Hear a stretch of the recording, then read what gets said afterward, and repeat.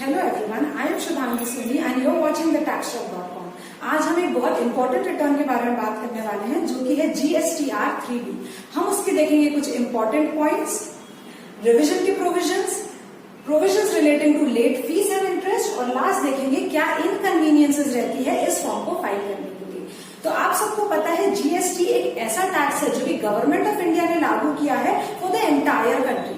It is a multi stage and destination based tax. अब क्योंकि हमको जीएसटी को इम्प्लीमेंट करना है तो गवर्नमेंट ने अलग अलग टाइप के फॉर्म्स इंट्रोड्यूस किए हैं, जिसमें से सबसे पहला और सबसे इंपॉर्टेंट फॉर्म है GSTR 3B। राइट, ये फॉर्म में क्या रहता है, ये फॉर्म में अलग अलग आपको डिटेल्स मेंशन करने पड़ते हैं। सबसे पहला आपकी सप्लाईज के बारे में, आपके परचेजेस के बारे में, आपकी क्या अवेलेबल इनपुट टैक्स क्रेडिट है उसके बारे में, और साथ ही में आपका कितना टैक्स पेएबल अमाउंट आ रहा है। ये हो गया इसका इंट्रोडक्शन। एक इम्पॉर्टेंट पॉइंट ये है कि कुछ ऐसे पर्संस हैं जिनको ये फॉर्म फाइल करने की जरूरत नहीं है। 5 कैटेगरी ऑफ पीपल ऐसे रहेंगे जिनको GSTR 3B फाइल करने की जरूरत नहीं रहेगी।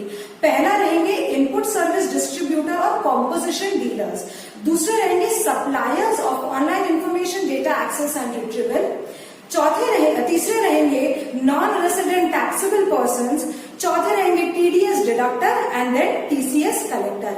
ये 5 पर्संस ऐसे हैं जिनको GSTR 3B फॉर्म फाइल करने की कोई जरूरत नहीं है। अब हम आएंगे इसके इम्पोर्टेंट पॉइंट्स की तरफ। सबसे पहला इम्पोर्टेंट पॉइंट ये है कि अगर आपके पास अलग अलग GST रजिस्ट्रेशन नंबर है तो हर रजिस्ट्रेशन नंबर के लिए एक अलग GSTR 3B आपको फाइल करना पड़ेगा।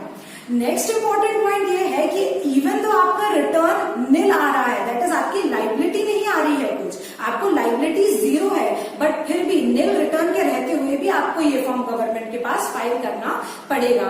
साथ ही साथ अगर पेमेंट आ रहा है तो जब तक पेमेंट नहीं होता तब तक ये रिटर्न फाइल नहीं होगा। दैट इज मैंडेटरली रिक्वायर्ड रहेगा कि आपको पेमेंट करना पड़ेगा। विदाउट पेमेंट किए ये रिटर्न आप फाइल नहीं कर सकते। नेक्स्ट आएंगे हम इसके रिविजन प्रोविजंस की तरफ। GSTR 3B में सबसे इंपॉर्टेंट बात यह है कि ये रिटर्न को आप रिवाइज नहीं कर सकते। जब आपने पूरा डेटा इस फॉर्म में फिलअप कर दिया और इसको सबमिट कर दिया तब इसका स्टेटस रहेगा सबमिटेड, और जब आपने अपनी लाइबिलिटी पे कर दी तब इसका स्टेटस हो जाएगा फाइल। लेकिन अब क्योंकि हम इस रिटर्न को रिवाइज नहीं कर सकते, इसलिए गवर्नमेंट ने एक ऑप्शन दिया है रीसेट GSTR 3B का, जिसमें अगर आपका स्टेटस सबमिटेड है तो ये ऑप्शन के साथ ये स्टेटस सबमिटेड चेंज हो जाएगा येट टू बी फाइल में, और जो भी आपकी डिटेल्स है ये अवेलेबल हो जाएंगे आपकी एडिटिंग के लिए।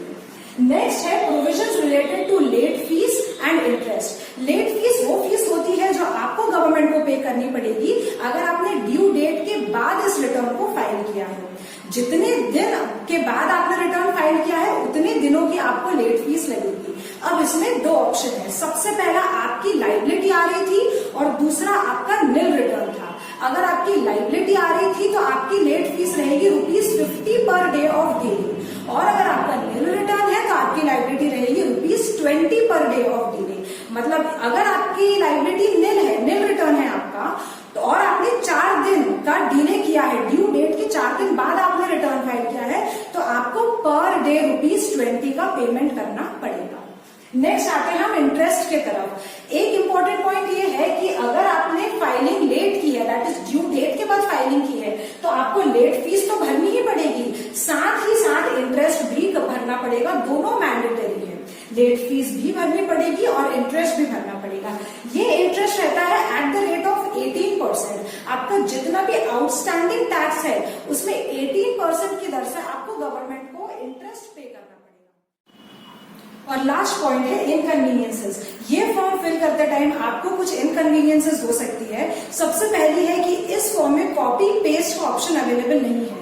मतलब अगर आपको एक्सेल से कॉपी करके GST पोर्टल में पेस्ट करना है GSTR 3B में तो वो नहीं हो पाएगा, पहला इनकन्वीनियंस।